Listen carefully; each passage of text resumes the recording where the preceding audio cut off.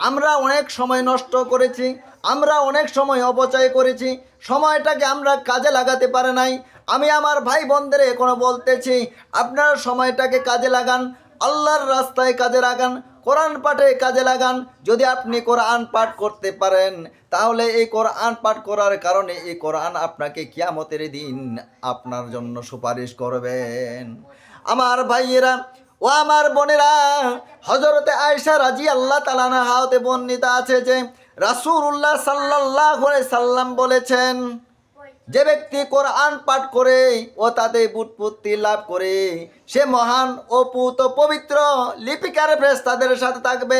আমার ভাইয়েরাও আমার বোনেরা, আপনি যদি কোরআন পাঠ করতে পারেন, কোরআনের বুৎপত্তি অর্জন করতে পারেন, কোরআনের অর্থ বুঝতে পারেন, কোরআন নিয়ে চিন্তা গবেষণা করতে পারেন, এর গভীর জ্ঞানগুলো আপনার কাজে লাগাতে পারেন, এই কোরআন আপনাকেই পাঠ করার কারণে এই কোরআন আপনার সম্মান বৃদ্ধি করে দিবে। আপনি লিপিকার ফেরেশতাদের সাথে থাকতে পারবেন।